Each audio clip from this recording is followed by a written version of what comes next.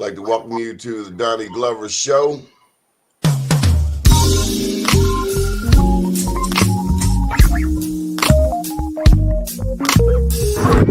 like to welcome you to BeMoreNews.com, the news before the news, where we uncover the truth.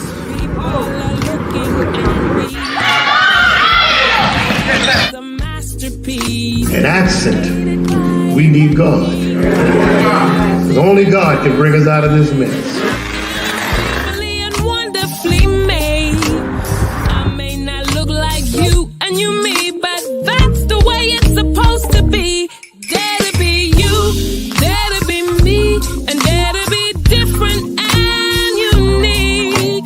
I'm gonna be the best me I can be by letting His glory shine through. Dare to be you, dare to be me, and dare to be.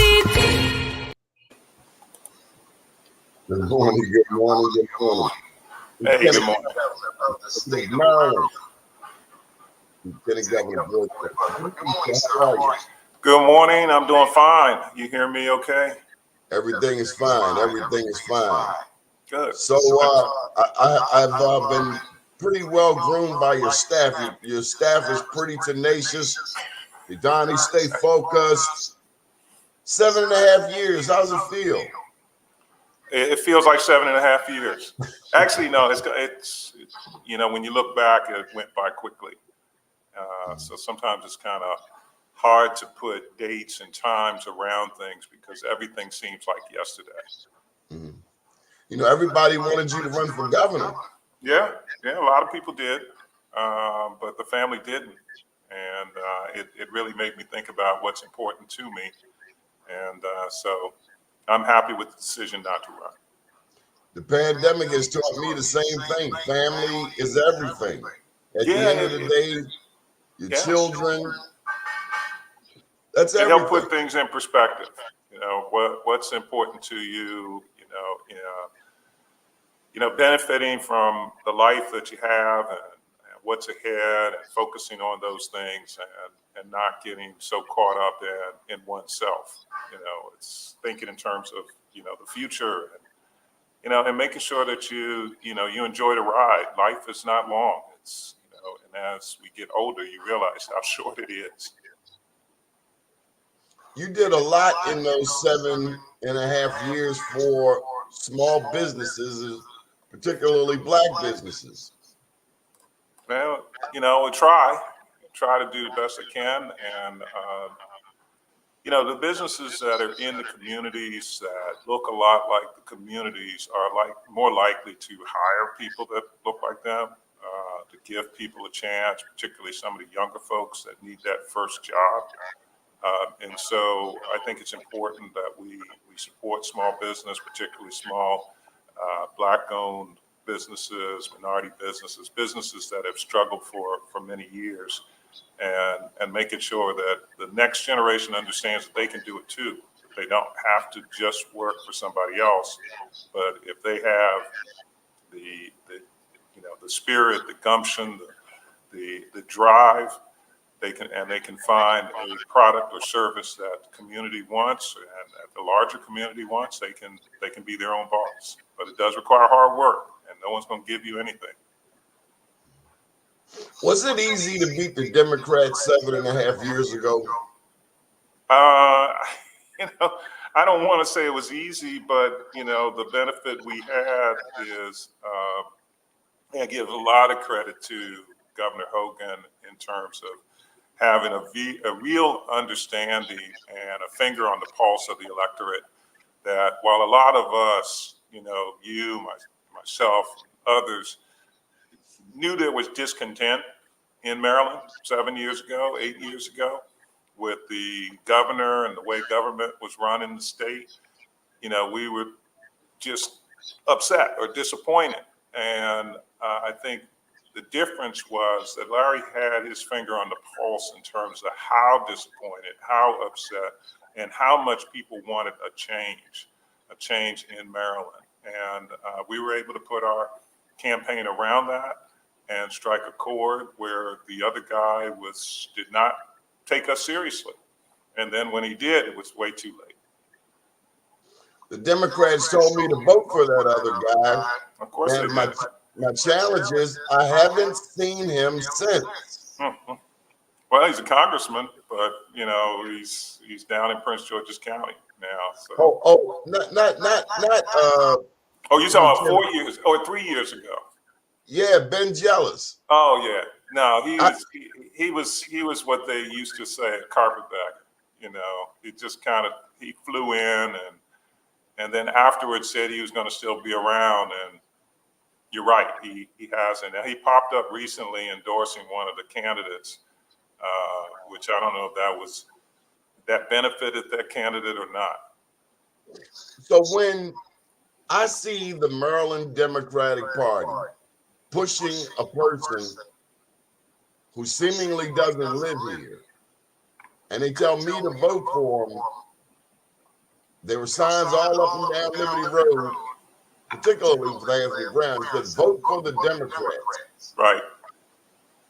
All illegal signs, all illegal signs, I point out. The city didn't enforce that. I'm quite sure if we had put our signs there, they would have been taking them down. But, it's illegal to put your signs in, a median or on city property. It's supposed to be on public or private property, not on public property. So I'm quite sure if you had seen Hogan signs up and down that Liberty Road, they would have been yanked up by, the public service groups.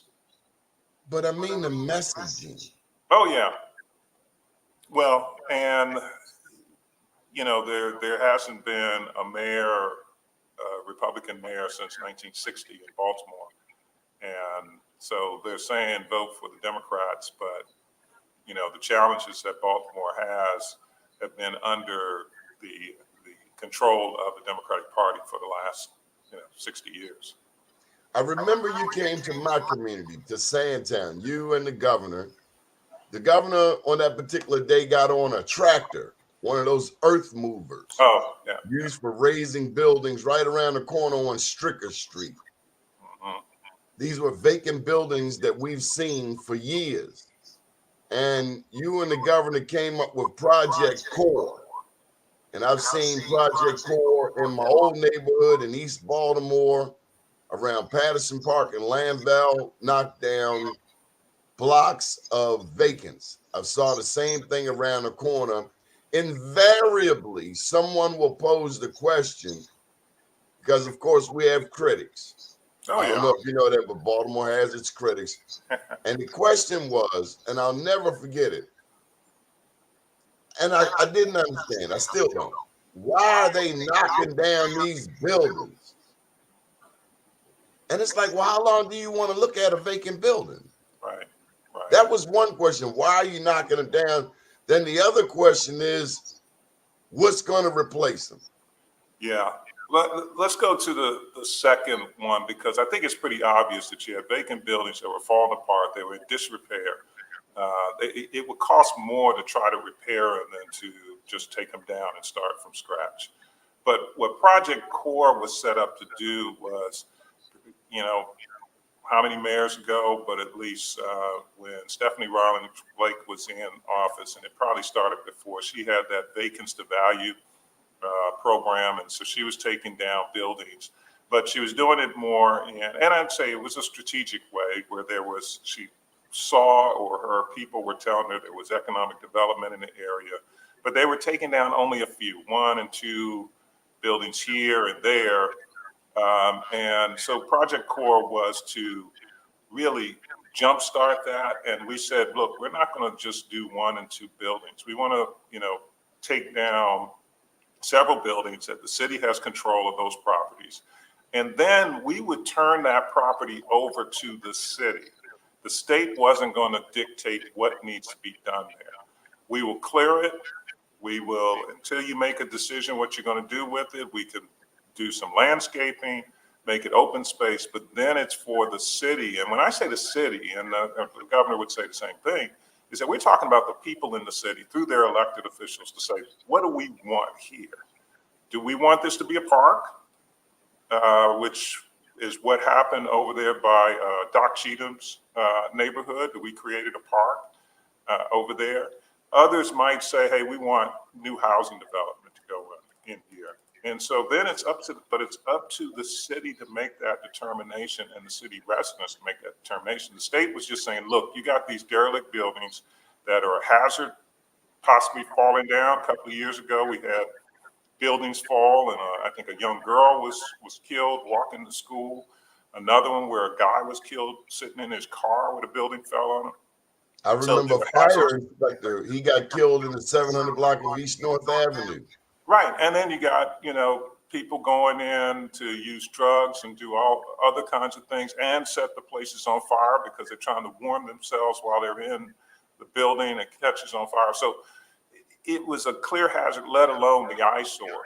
But in terms of what happens after the buildings come down, it is for the city to decide. And so for those who are concerned about, and I spoke to a woman not too long ago over in West Baltimore who said that she's concerned because now she sees this open space and it's like a deserted area. What's going to happen next? And I said, hey, call your council person, call the mayor's office, and say, what is the plan for this location now that it is cleared? What is the plan?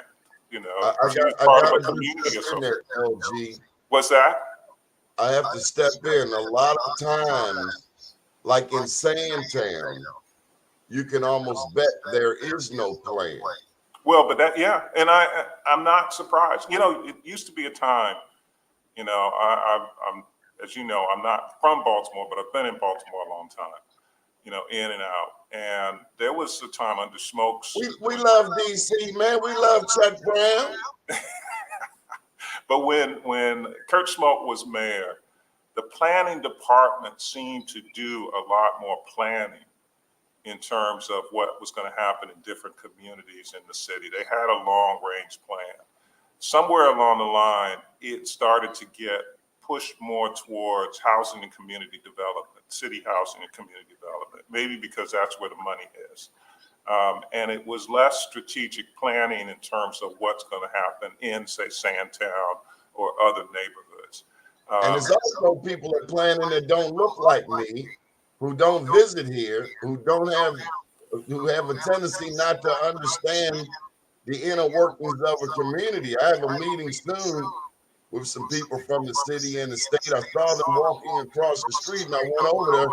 Hey, who are you? Next thing I know, I have a meeting scheduled. But when you have challenged communities where a lot of Black people have left to move to Randallstown, is it gentrification or is it abandonment? Well, if no one's moving in right now, it's not gentrification. It's probably abandonment. But people are going to. You don't blame people for moving. You can't blame folks for moving because everyone wants a better life for themselves and their kids. And so there's a certain point where people just give up. They lose faith in the city services. And I have to say that's why so many people. Let me tell you the big difference between Baltimore City and Prince George's County is that Prince George's County folks look at the county first for their issues. Baltimore City looks to the state first for their issues. There is just a disconnect or a lack of faith in city government amongst the city residents. They turn to the state. Now, part of it is not just the, loss of faith, but there had been so many mayors that become governor and probably look toward the city. But, I can't tell you how many times I've talked to folks in Prince George's County and they'll talk about an issue that they have and they're presenting it to the county. They've run into, they're a little concerned about getting this progressed through the county. And I'll ask them, I said, have you talked to the state at all about this particular issue? And they say, no. It really didn't occur to them to come to the state. They are going to work through the county. They have faith in the county. Whereas in Baltimore, they go to the state first. They don't even talk to their council person. They don't look to the mayor's office. And the local officials deflect everything to the state. Oh, the state's not doing enough on this, or the state's not doing enough on that. And it's like, what about you? You know, you're the elected official. You represent that neighborhood. You represent that city. You represent that district. What are you guys doing? You know, Catalina help is Bird one calls the thing. state of Maryland purple. She says it's purple now. It's not blue, it's not red, it's purple. Who Is said it? that? Catalina Bird. Oh, Catalina. Catalina's a good woman. In some respects, it is. I would put it this way. I think the majority of people in Maryland are centrists. Some are a little left and some are a little right, but you often hear, and the Democratic elected officials in Annapolis are beholden to the far left. You know, further left than I think the populace really is. That's why, you know, you had a primary opponent of Ben Jealous, who was far out of the mainstream of Marylanders, and it showed in the election. You know, and even 4 years earlier, Anthony Brown tried to run, you know, to appease that far left, that Tacoma Park, Montgomery County grouping of folks, and not where most of the people in Maryland are. They're in the middle. They're concerned about their kids. They're concerned about schools. They're concerned about crime. You know, basically kitchen table issues. They're concerned about jobs. They don't want the kids living in their basement. You know, so those are basically bottom line kitchen table issues that most people are concerned about. And what happens, they get caught up in all these, you know, far left, you know, ideological battles that, you know, the ordinary person in Maryland isn't overly concerned about, or they may be even opposed to it. What are you most proud of?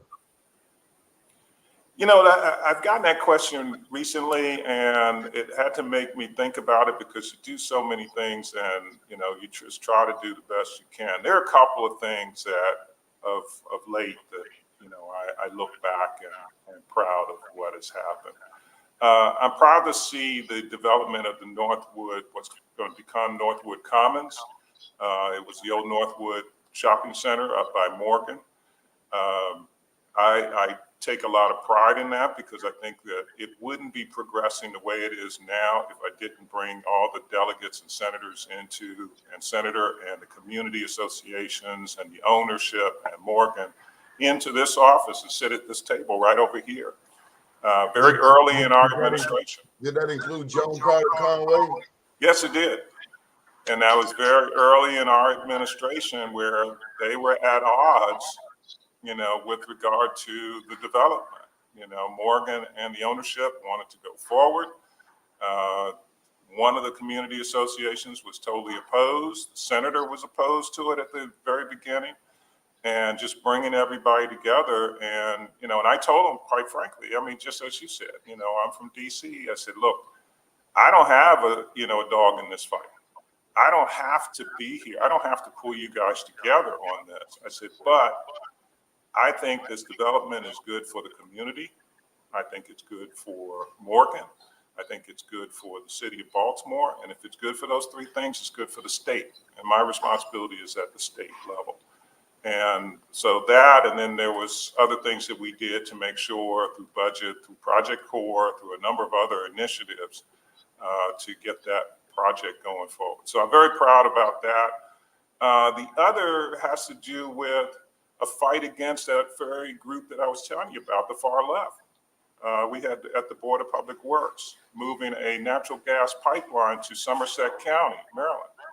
Somerset is the poorest county in the state.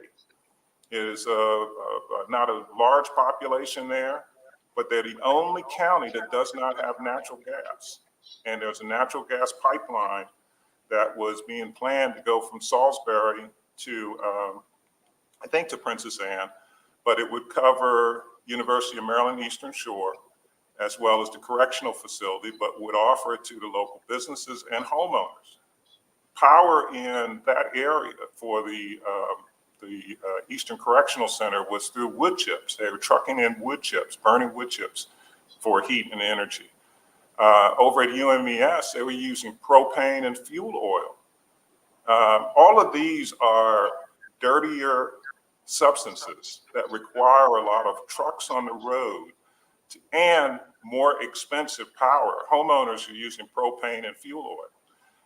Whereas all the people that were coming in to protest against it at the Board of Public Works, which I chaired, were from Montgomery County.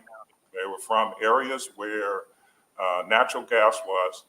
And I had to shame them to say, hey, all of your claims about climate change and wanting to move away from fossil fuel, you're putting it on the backs of the poorest county, which, like a lot of people don't realize, Somerset is probably minority county. It's a large Black population. I mean, it's a small population generally, but nearly 50% of that population is African American. I said, so you're putting this whole burden of climate change on the poorest folks who have not benefited from the very fuels that you benefit from every day. None of you have cut your natural gas off and decided to put a windmill in your front yard or whatever the case may be. You are still burning natural gas for your cooking, for your heating, for your air conditioning, whereas these folks are using propane, which is expensive, or fuel oil, which is expensive, and has more of a negative climate impact than natural gas. So it was shaming the treasurer and the comptroller and all of those folks who came in to get that pushed through. And so I'm very proud to be able to stand up to these folks. Peter Franchot? Yeah.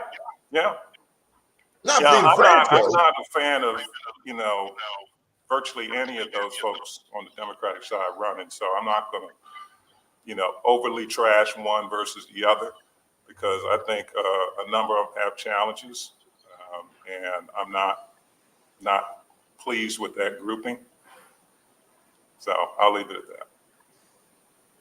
I see you have one sponsor that I'm not pleased with him either. So you haven't endorsed anyone yet. No, but I will endorse Kelly Schultz. Kelly's a friend. We'll have a formal endorsement. Why do you like her? I've known Kelly for a long time, and I think she'll carry forward what we've been trying to do and doing over the last 7 years. I think she'll continue with that. There's a lot of work that still needs to be done, and I think she'll do it.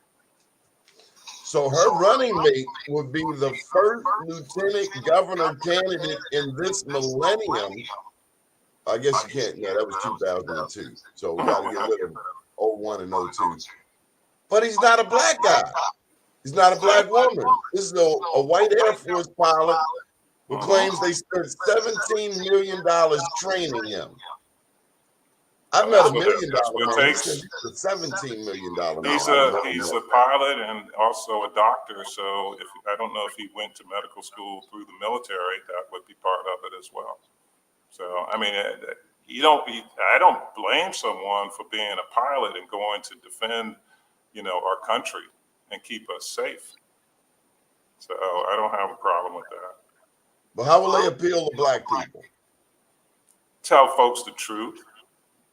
Tell folks the truth and not just, patronize. And some folks don't want to hear the truth, but they know it when they hear it. They may get upset, but just tell them the truth. That's it. That's how you appeal. So what are you going to be doing now? Well, I figure it out as time goes on. I'm looking at different things. So you're going to write some that things book? I can't talk too much about or do. I can't do a whole lot in case it comes across my desk. I don't want to have conflicts of interest. But I'll be around. I'll still be around.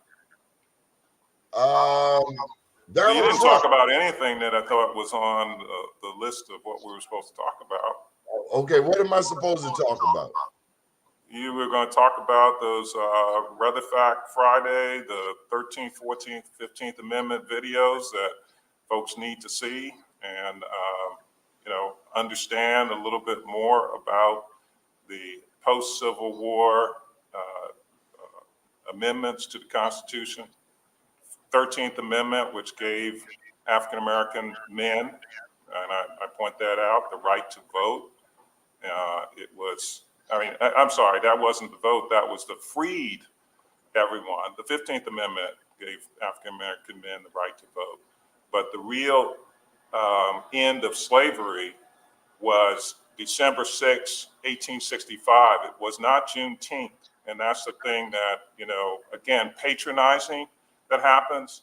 Juneteenth is a big deal in Texas, and it's been a holiday in Texas for many years, many decades, quite frankly, because of the symbolism associated with Juneteenth. When Union soldiers came into Corpus Christi and let the slaves in Corpus Christi know that they had been freed by the Emancipation Proclamation. But the Emancipation Proclamation did not free African Americans.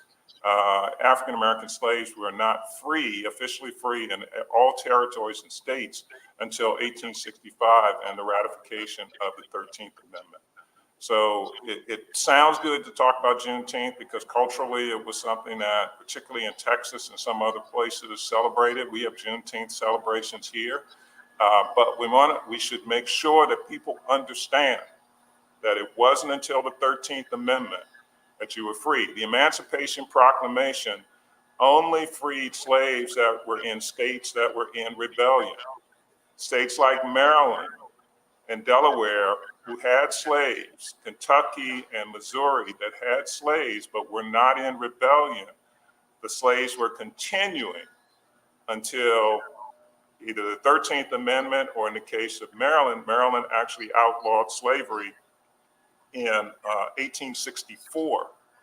They outlawed slavery here almost 2 years after the Emancipation Proclamation that it was done. And it was close to the end of the Civil War. And it was through a new constitutional amendment, which also created for the first time the lieutenant governor position. Now, it was eliminated 4 years later with the new constitution, which we live under today. Now, there was an amendment back in 1970 to recreate the lieutenant governor's position.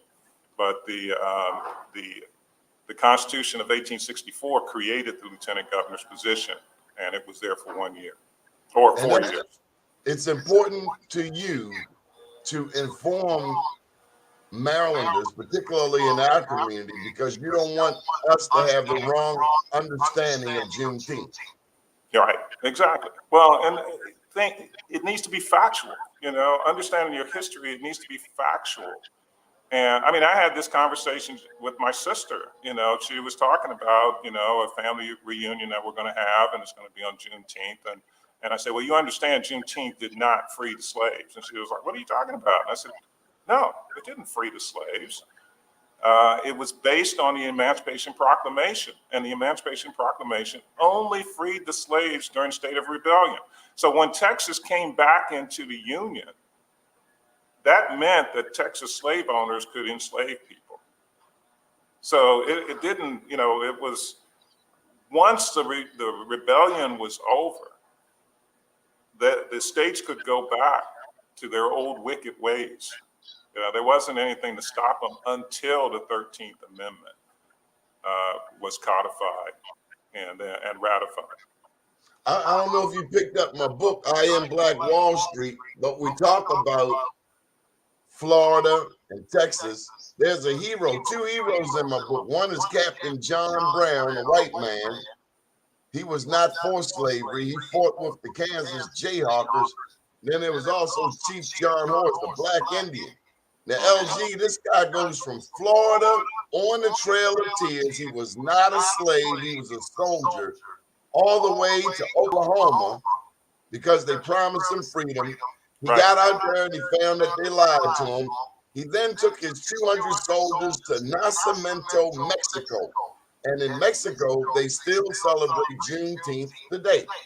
He ended up coming back, but his soldiers went on to become the first Seminole Scouts.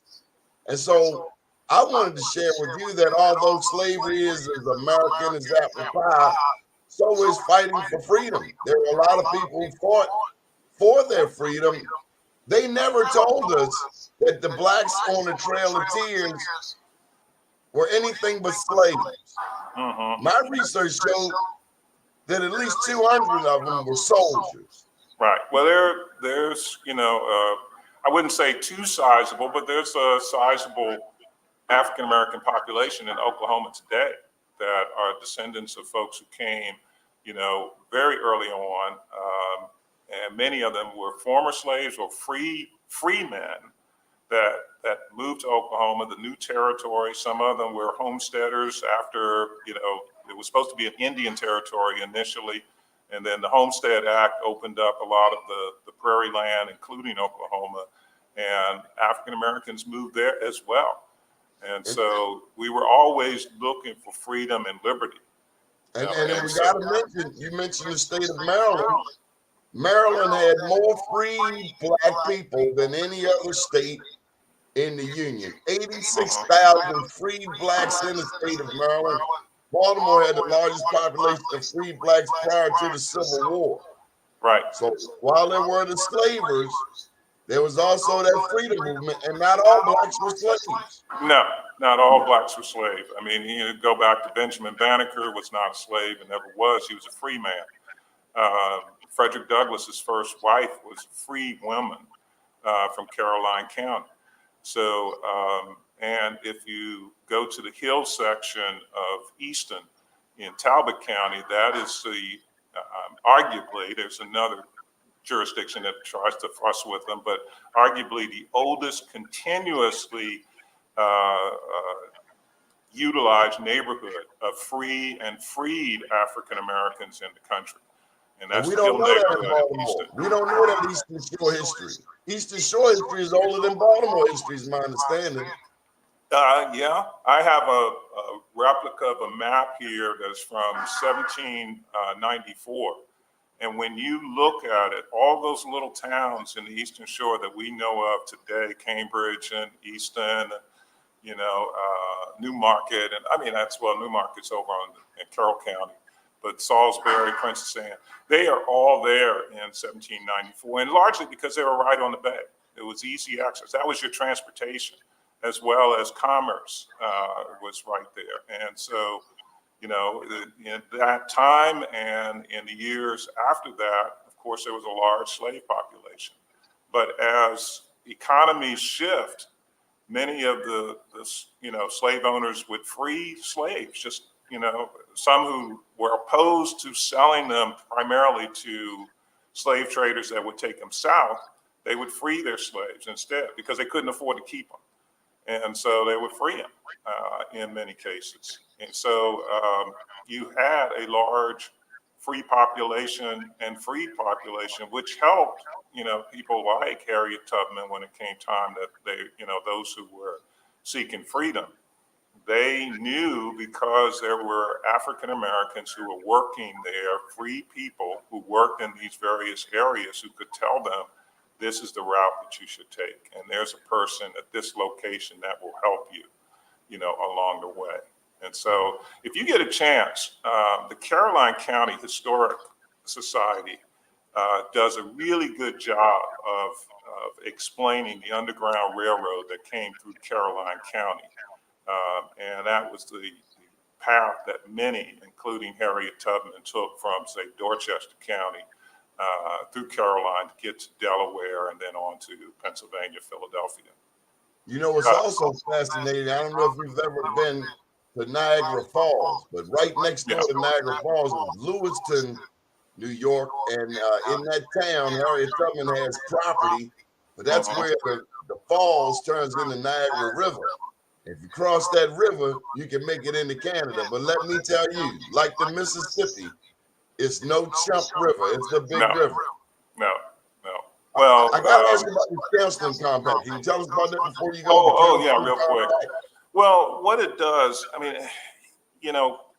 during the pandemic, and a lot of things were opened up during the pandemic in terms of, allowing for telehealth services, because people were not going into the doctor's office or into their psychiatrist or their therapist or their drug treatment, inside. So it was opening up telehealth services, and even to the point where we lifted, and a number of states lifted, the licensing requirements. And only the licensing requirements meant that, typically a therapist or psychiatrist or someone doing drug treatment has to be licensed in the state where the patient is located, which is really an outdated restriction, because people go to national schools now. Psychiatrists go to national medical schools. Therapists go to national schools. So what was done during the pandemic, as long as we were in a state of emergency, an out-of-state licensee, you're licensed in Pennsylvania as a therapist or counselor in drug treatment or mental health services, that you could then provide telehealth services to somebody here, a patient in Maryland. It allowed for additional resources to come in, and particularly if you were in areas that were not necessarily in the Baltimore-Washington corridor, where we have a lot more of psychiatrists and therapists than you would, say, on the eastern shore of Maryland or in western Maryland or in the northern parts of Carroll or Baltimore County or Cecil County. And so once that was over in terms of the state of emergency, you may have lost a therapist that you had before. What we did was we passed legislation last year that allowed the state to enter into a compact with other states where there's essentially reciprocity, that if you're licensed in one of these other states, you can practice in Maryland, and vice versa. A Maryland licensed therapist or counselor can see patients in another state. And so when it first started, it was just 2 states. What's that?